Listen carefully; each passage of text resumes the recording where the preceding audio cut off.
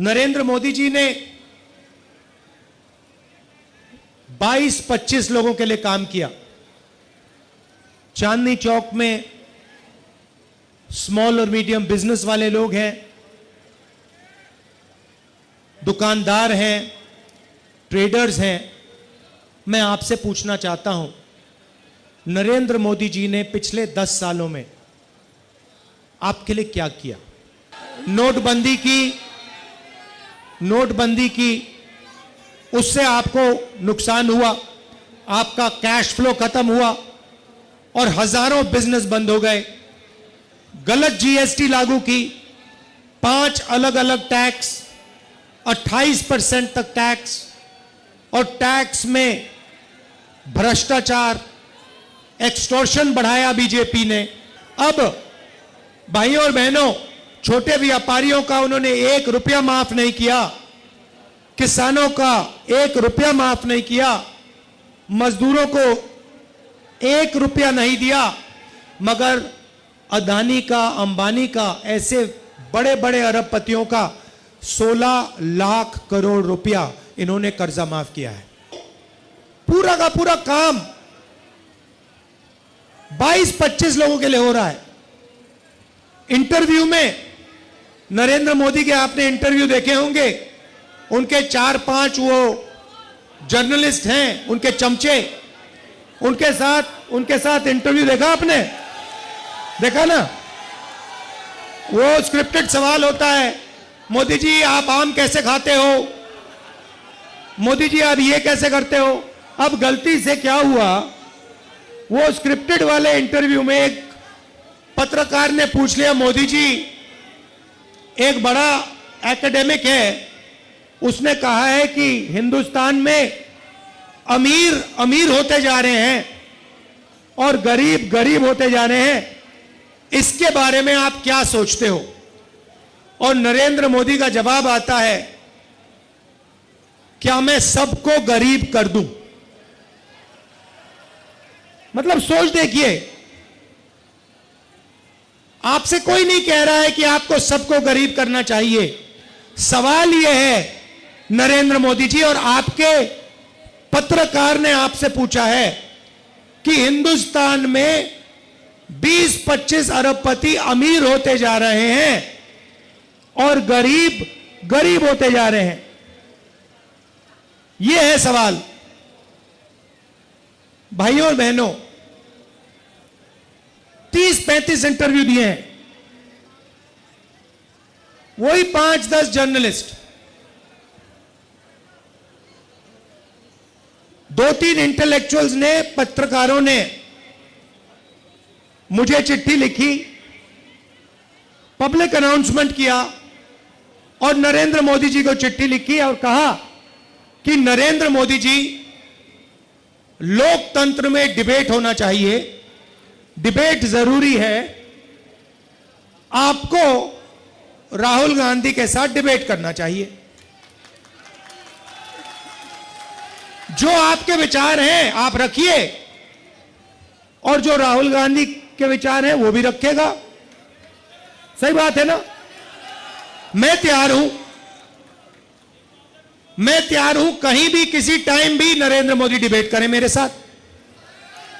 आपको क्या लगता है नरेंद्र मोदी डिबेट करने आएंगे? नहीं आ सकते हैं, क्योंकि मैं आपको बताता हूं क्या होगा। सीधी सी बात है, नरेंद्र मोदी जी आएंगे, पहला सवाल मैं उनसे पूछूंगा, नरेंद्र मोदी जी आप मुझे बताइए, ये अदानी जी जो हैं, इनका आपके साथ क्या रिश्ता है?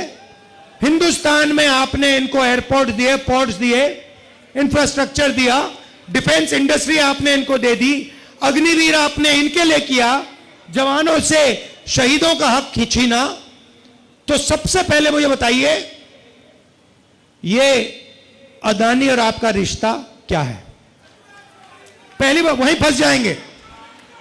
उसके बाद मैं इनसे पूछूंगा, भैया आपने ये जो इलेक्टोरल बॉन्ड्स का धंधा जो चलाया है, हफ्तेबाजी जो की है, जिसमें आप किसी को कॉन्ट्रैक्ट देते हो और कुछ ही दिन बाद वो उस कॉन्ट्रैक्ट के लिए आपको बीजेपी को पैसा देता है, या फिर सीबीआई ईडी आप उस पर डाल देते हो और फिर उसके बाद वो आपको पैसे देते हैं और फिर सीबीआई का केस, ईडी का केस खत्म हो जाता है। तो ये इलेक्टोरल बॉन्ड्स मुझे समझा दो। इसी में नरेंद्र मोदी फंस जाएंगे, डिबेट वहीं खत्म हो जाएगी। और मैंने मतलब किसानों की बात ही शुरू नहीं की।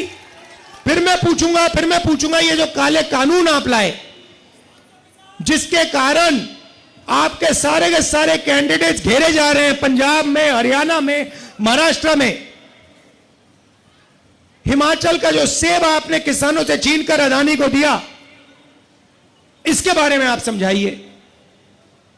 फिर उसके बाद मैं कहूंगा, नरेंद्र मोदी जी, जब कोरोना में लोग मर रहे थे, गंगा में लाशों के ढेर पड़े थे, बेटे अपने माता पिता को मरते देख रहे थे, आपने देश को थाली बजाने के लिए क्यों कहा? मोबाइल फोन चलाने के लिए क्यों कहा? उसके बाद मैं पूछूंगा, मोदी जी एक बात बताइए, आपने वो जो शी जिनपिंग है उसको झूले पे झुलाया, उसको आपने समोसा खिलाया, और वो हिंदुस्तान की दिल्ली जितनी जमीन उठा के ले गया, उसकी आर्मी आज तक उसमें बैठी हुई है, ये आपने क्या किया? उसके बाद मैं पूछूंगा, नरेंद्र मोदी जी, अग्निवीर स्कीम जो आप लाए, ये मुझे बताइए, आप अग्निवीर स्कीम क्यों लाए? 2 तरीके के शहीद आपने क्यों बनाए? तो नरेंद्र मोदी डिबेट नहीं कर सकते हैं। और मैं आपको कह रहा हूं, जो देखिए, जो आप नरेंद्र मोदी जी से कहलाना चाहते हो, मुझे बोल दो, मैं उनके भाषण में कहला दूंगा। मैंने उनसे कहा, नरेंद्र मोदी जी, आप अदानी अंबानी का नाम नहीं लेते हो, आपको अदानी और अंबानी का नाम लेना चाहिए। उसके 2-3 दिन बाद नरेंद्र मोदी जी कहते हैं, अदानी अंबानी, अदानी अंबानी। मैं भाषण में, हम एक योजना लाए हैं जिसमें चांदनी चौक, दिल्ली और पूरे हिंदुस्तान के लोगों को जबरदस्त फायदा होने वाला है। महालक्ष्मी योजना। और आम आदमी पार्टी के कार्यकर्ता, कांग्रेस पार्टी के कार्यकर्ता, गठबंधन के कार्यकर्ताओं को हर घर में जाकर इस योजना के बारे में हिंदुस्तान के, दिल्ली के लोगों को समझाना पड़ेगा। अब ये योजना क्या है मैं आपको बताता हूं, और उसमें भी मैंने मोदी जी से कहलवा दिया। तो योजना है, नरेंद्र मोदी जी ने अरबपति बनाए, 22 अरबपति बनाए। हमने मन बनाया है कि हम करोड़ों लाखपति बनाने जा रहे हैं। चांदनी चौक में हम लाखपति बनाने जा रहे हैं। करोड़ों परिवारों की लिस्ट बनेगी, और फिर हर परिवार में से एक महिला का नाम चुना जाएगा, और उस परिवार के बैंक अकाउंट में, उस महिला के बैंक अकाउंट में साल का 1 लाख रुपया इंडिया गठबंधन डाल देगा। मतलब 8,500 रुपए महीने के ठकाठक अंदर। अब मैंने बोला, भाषण में बोल दिया, ठकाठक अंदर। अब अपने हर भाषण में नरेंद्र मोदी ठकाठक फटाफट बोल रहा है।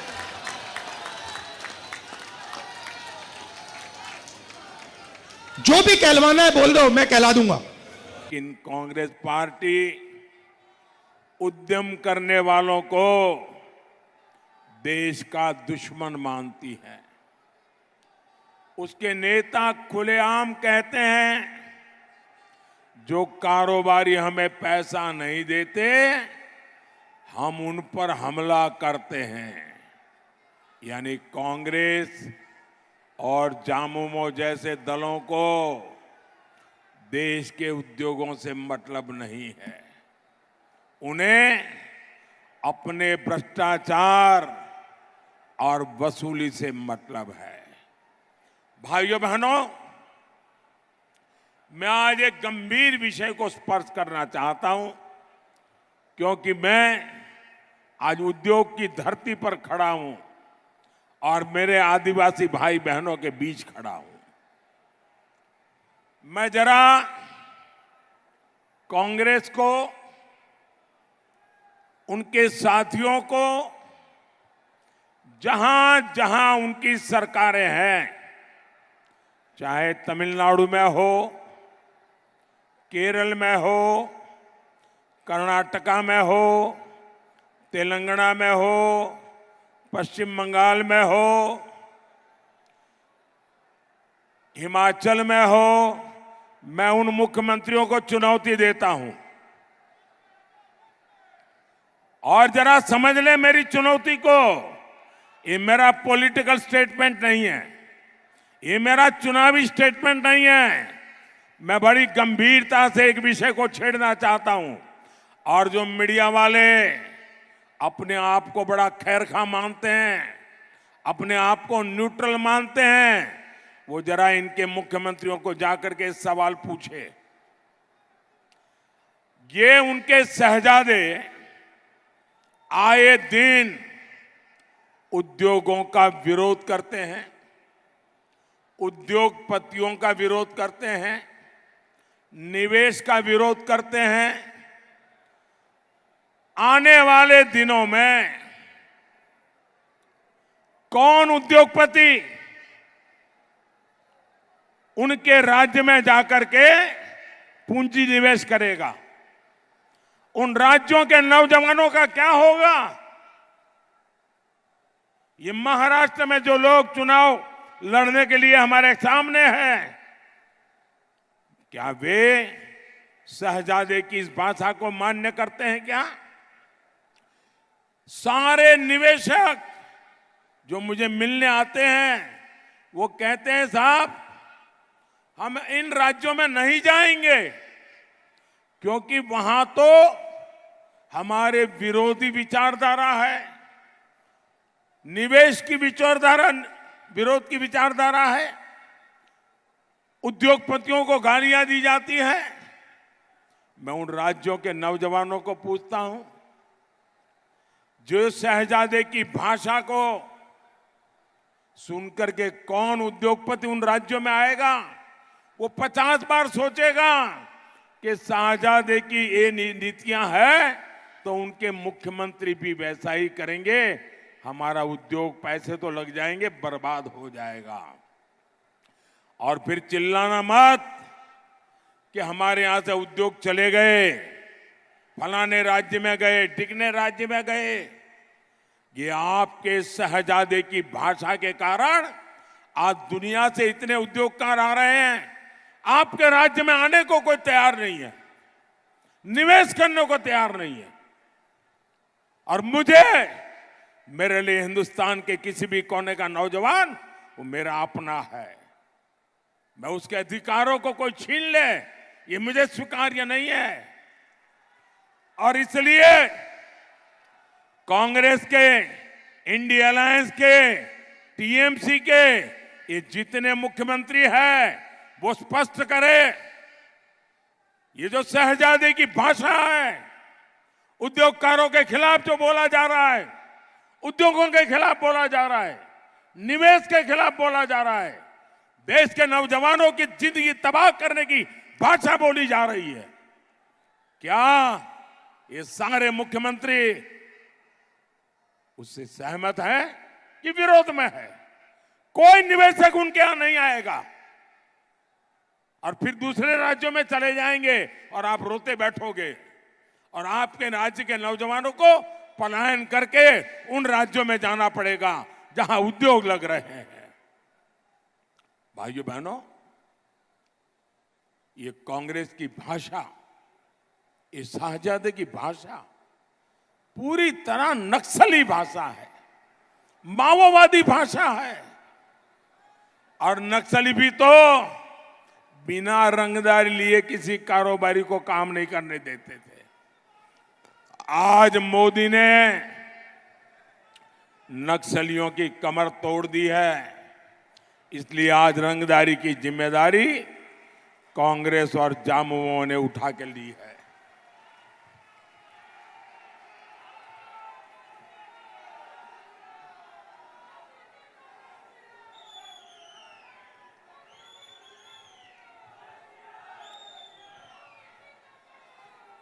आप मुझे बताइए, ये नए नए तरीके से रंगदारी करना, नए नए तरीके से लूट चलाना, नोटों के पहाड़ इकट्ठा करना, ऐसे कांग्रेस जामुमों को एक भी वोट मिलना चाहिए क्या?